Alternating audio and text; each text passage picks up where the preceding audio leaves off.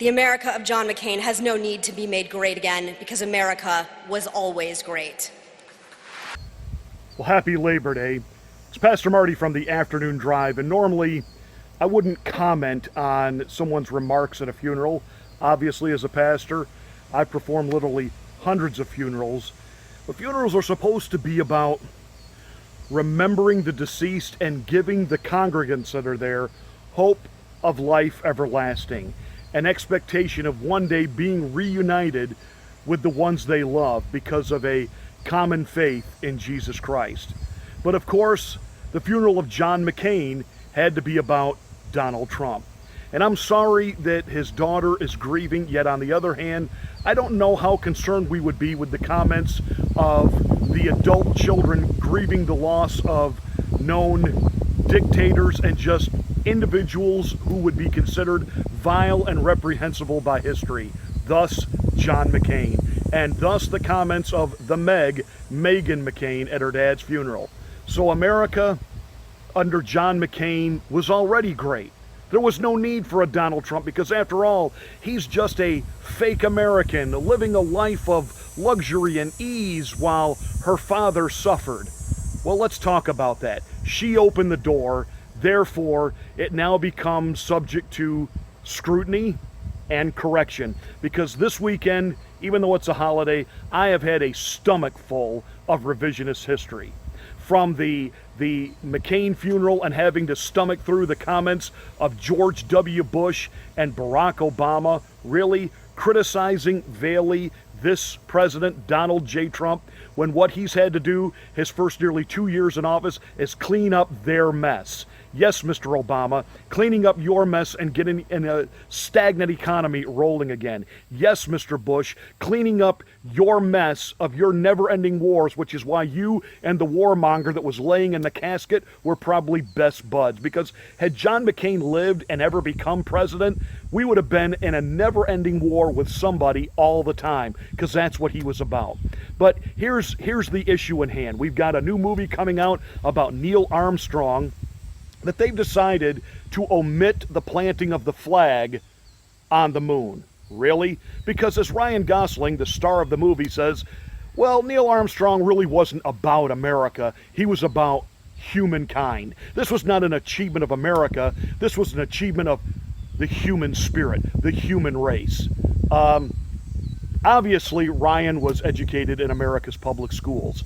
And if you want your kids to be functionally retarded, I guess then the American public school system would be the schools of choice. But if you want your kids to actually know something and have a competitive edge and not been spoon-fed a bunch of revisionist history and a bunch of political correctness, and you would like them to actually be able to think and reason and articulate and argue and function and maybe do more than just go to some state-run university that caters to snowflakes and when you hear anything that I don't agree with, it don't make me cry and make me upset and recount the votes Hillary really won, and I'm going to march in the streets and burn stuff down.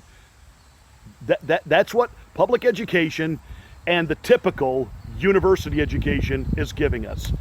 And it's the reason teachers can't teach reading, writing, and arithmetic anymore, because everything now in the classroom is all a social experiment. Your kids are lab rats that they are experimenting all of their social values on. So you just think about that. If you want your kids, though, to really have a competitive edge, get them in a private school, a parochial school, a Christian school, homeschool, or illiteracy. Either way, they'll be farther ahead than if you send them to a state school and off to a state college where they come out and they're basically functional do-nothings dependent on the government. Government, take care of me, give me free education, free food, free housing, free medical, free, and just pay me for being a human being. Well, Mr. Gosling, let me help you out here. Neil Armstrong was a patriot. He actually worked for the Reagan administration, and it was under the inspiration and direction of John F. Kennedy that America had to be first to the moon. Why? Because we didn't want to be ruled from space by Russia. Oh, you guys are supposedly into all this Russian conspiracy. Was it a Russian conspiracy that omitted the planting of the American flag in the movie that Ryan Gosling is in, that is revisionist history about Neil Armstrong? It wasn't a human achievement. It It was an American achievement. I lived for 8 years on the Space Coast. I watched one of the very last launches of the space shuttle. I got to see two, the very last one, and I got to see a midnight launch of the space shuttle. And I'll never forget it. Standing there on the banks of the Indian River by Titusville, Florida, and at midnight when that shuttle went up, it lit up the sky like it was noon. And I admit, I stood there and started to cry like a baby and got a real lump in my throat and said, we did this. God enabled America to do this. It was a proud, proud moment. And we as Americans have every right to be proud of our space program and not allow the revisionist historians to steal it from us. And the revisionist history that we got at the McCain funeral, are you kidding me? Barack Obama, you hated John McCain. In particular, his running mate, Sarah Palin. But now all of a sudden it's a love fest. And you know why? Because McCain is what we know him to be, a traitor. We know what he was behind closed doors. He was John McRhino. He wasn't a Republican. He didn't have rib rock convictions. And listening to his daughter give that kind of tripe when we know for a fact he was a traitor, look up here on YouTube. You can hear the recordings of John McCain telling the Vietnamese people that he committed war crimes against them, that he bombed their cities and their villages and killed women and children, that the atrocities of America were the fault of America, and it was terrible and horrible, and he made 19 television appearances for the enemy. He then received a pardon from Richard M. Nixon when he was brought home, got himself elected to Congress, and then sealed all of the files on Vietnam so that nobody could really know what he did in that prison camp, but suffering was not one of them. And let me set the record straight here, Meghan McCain. When you say that America has no need to be made great because she's always been great, I agree that America was founded on great principles and America has a great spirit. And for a long time, that spirit has been stagnated by people like your father and George W. Bush and Barack Obama and Bill Clinton and Hillary Rotham Clinton.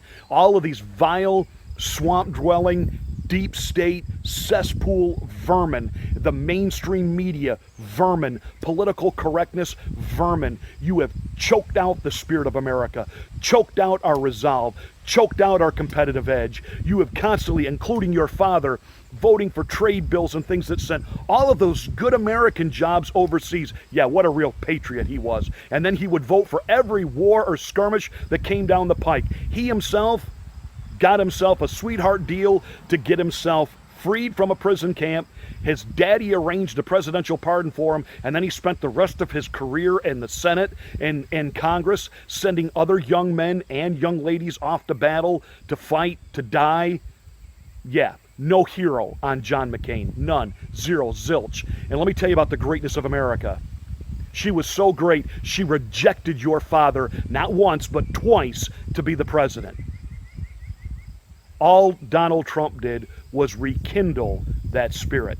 Finally, the masses who wanted America to truly take its rightful place in the world after Barack Obama had apologized for America, after George Bush had spent American goodwill up by thinking he knew best for every other country and could invade, topple dictatorships, and he would set up the regimes to run and rule those countries, and it has backfired miserably. Look at the hundreds of thousands of lives we lost, not to mention the men who have come back, shells of them former selves, who are living homeless all over the state of Florida and under bridges and mental breakdowns and mental disorders, all because of the war of George W. Bush, war criminal.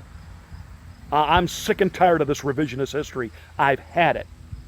Thank God for Donald Trump, who is making America great again. Why? Because America is great and wants to be great, and she has longed for and waited for, since the passing of Ronald Reagan, for another great American president. And now she has him in Donald J. Trump. And I'm so sorry, Mr. Bush. I'm so sorry, Mr. Obama, Mr. Clinton.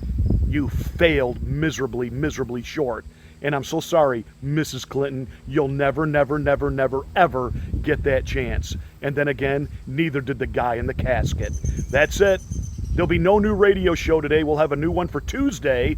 Catch us on the afternoon drive, Monday through Thursday, 12:05 and 5:05 on AM 840, WPGS Central Florida. Get the Go Anywhere app through Radionomy. Listen online at local840.com.